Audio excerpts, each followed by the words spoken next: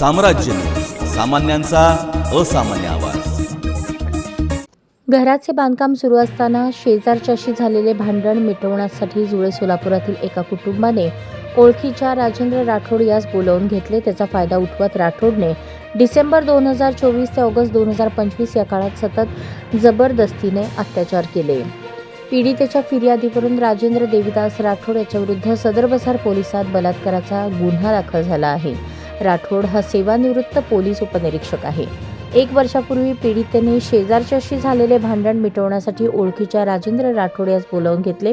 तो गावात भांडण मिटवण्याचे काम करतो असे पीडितेच्या कुटुंबाने ऐकले होते।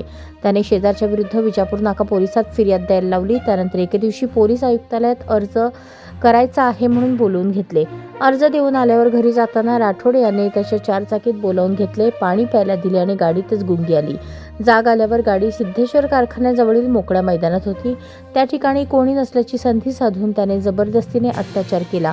फोटो व्हिडिओ काढले, ते सोशल मीडियावर व्हायरल करतो म्हणून अत्याचार केले। कामानिमित्त मुंबईला गेल्यावर त्या ठिकाणी देखील अत्याचार केले।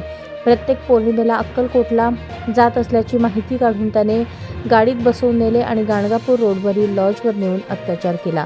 त्यानंतर सतत पतीची नोकरी घालवतो, मुलांना ठार मारतो, फोटो व्हिडिओ व्हायरल करतो असे म्हणून अत्याचार केला।